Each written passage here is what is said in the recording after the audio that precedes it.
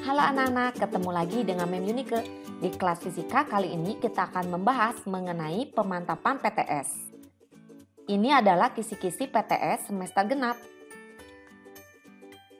Materi yang pertama yaitu kalian harus bisa membedakan bahan ferromagnetik, paramagnetik, dan diamagnetik. Yang pertama adalah ferromagnetik adalah bahan yang sangat kuat ditarik oleh magnet. Contohnya adalah besi, baja, nikel, dan kobalt. Sedangkan bahan paramagnetik adalah bahan yang ditarik lemah oleh magnet atau bahan yang tidak dapat ditarik oleh magnet. Contohnya adalah platina, aluminium, dan magnesium.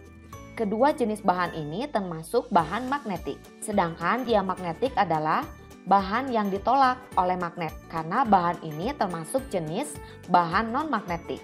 Contohnya adalah seng, tembaga, emas, dan perak. Soal yang pertama. Melakukan percobaan sederhana dengan cara mendekatkan sebuah magnet ke beberapa benda. Berdasarkan pengamatan yang dilakukan, terdapat benda-benda yang ditarik lemah oleh magnet. Ingat, benda yang ditarik lemah adalah paramagnetik. Jadi kalian harus mencari bahan yang berjenis paramagnetik, yaitu isinya C, aluminium dan platina.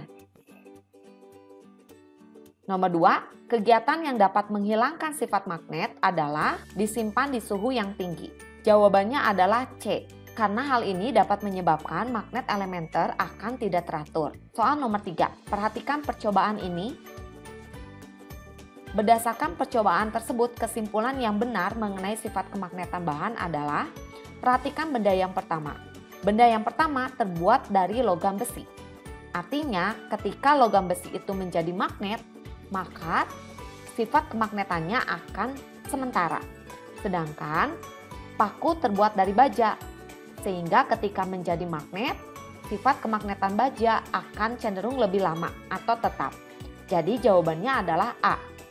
Benda 1 akan menjadi magnet sementara, sedangkan benda 2 akan menjadi magnet tetap. Teknik pembuatannya disebut sebagai induksi. Soal nomor 4, perhatikan gambar ini.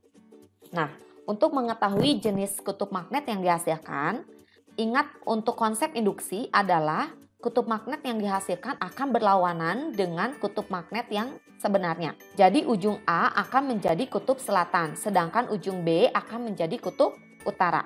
Jadi jawabannya adalah B. Untuk nomor 5, perhatikan gambar berikut ini. Dari keempat gambar di atas, gambar yang menunjukkan arah medan magnet di sekitar kawat berarus listrik yang benar adalah kalian harus menggunakan kaidah tangan kanan untuk mencari gambar yang benar. Jadi jawaban yang benar adalah D.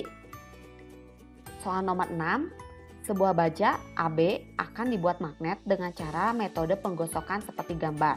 Beberapa saat setelah digosok, baja menjadi magnet. Oke, untuk menjawab soal ini, kalian harus tahu dulu kemana arah gosokannya. Ya, arah gosokannya itu kalian dapat dari gambar ini. Arah gosokannya dari B ke A. Dan aturannya menggosoknya satu arah. Sehingga ujung B akan menjadi kutub utara. Yang pertama menyentuh terlebih dahulu adalah utara. Sedangkan ujung A akan menjadi kutub selatan. Soal nomor 7, sebuah logam akan dibuat magnet dengan metode seperti gambar ini. Ini merupakan metode elektromagnetik. Ya, sebuah benda terbuat dari baja kemudian dililit oleh kawat yang dihubungkan pada baterai.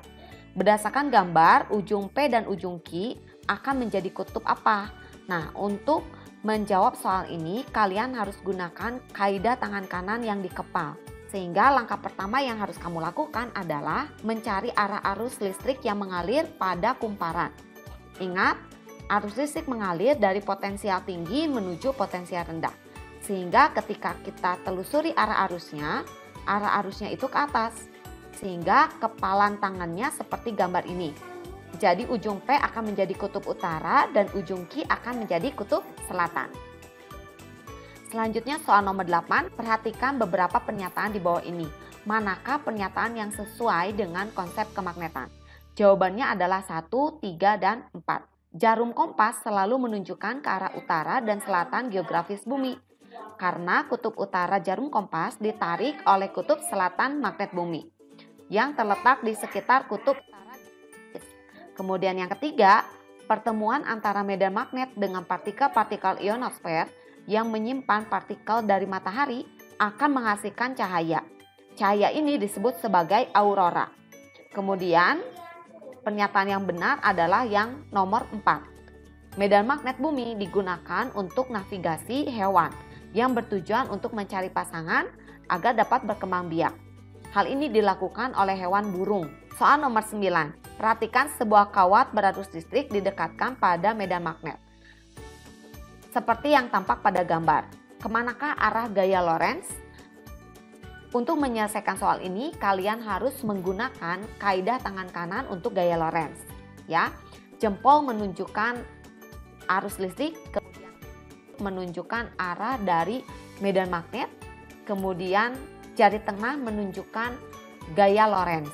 Atau kalian dapat menggunakan alat peraga yang sebelumnya kalian pernah buat, ya, seperti ini. Nah, dengan menggunakan alat peraga, kalian akan lebih mudah untuk menentukan arah dari gaya Lorentz. Jadi, arah gaya Lorentz adalah menjauhi mata atau ke arah belakang. Soal nomor 10, sebuah kawat panjangnya 20 cm berada di dalam muatan medan magnet dengan kekuatan 50 Tesla.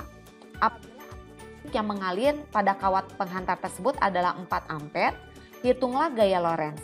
Jadi, kita dapat menghitung gaya Lorentz dengan menggunakan rumus F sama dengan Bill. B dikali I dikali L, di mana B itu adalah medan magnet, yaitu sebesar 50 Tesla dikali I adalah kuat arus listrik 4 ampere dan L adalah panjang kawatnya, yaitu 0,2 meter. Jangan lupa satuan 20 cm diubah menjadi meter. Jadi jawabannya adalah 40 newton. Baik anak-anak, video selanjutnya kalian simak terus mengenai pemantapan dari materi trafo. Sampai bertemu pada video selanjutnya. Dah.